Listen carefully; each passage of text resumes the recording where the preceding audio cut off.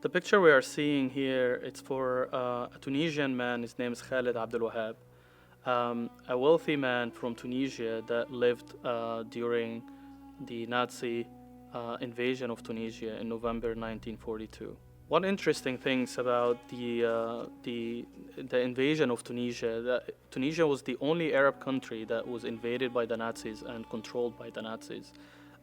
Beginning of November 1942.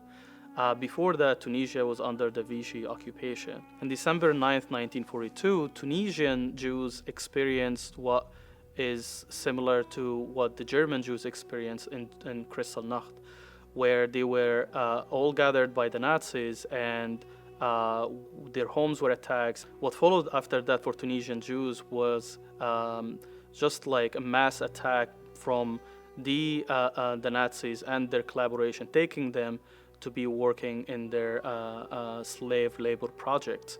And it's also interesting because this is something as well that not a lot of Tunisians today would know about, that the Sub-Saharan Railway project that was that crossed Morocco, Algeria, and Tunisia used majority slave labor.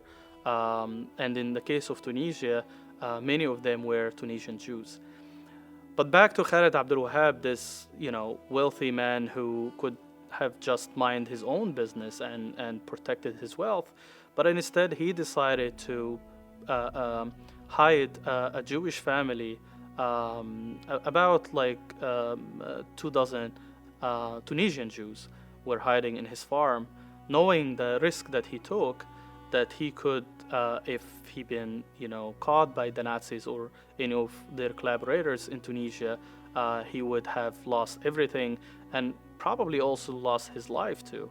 When Khalid's daughter was asked by Robert Satloff about, his father act and the risk that he took, it's interesting that she mentioned he mentioned it to her in just like in one sentence, like, there was Jewish family that was hiding in our farm.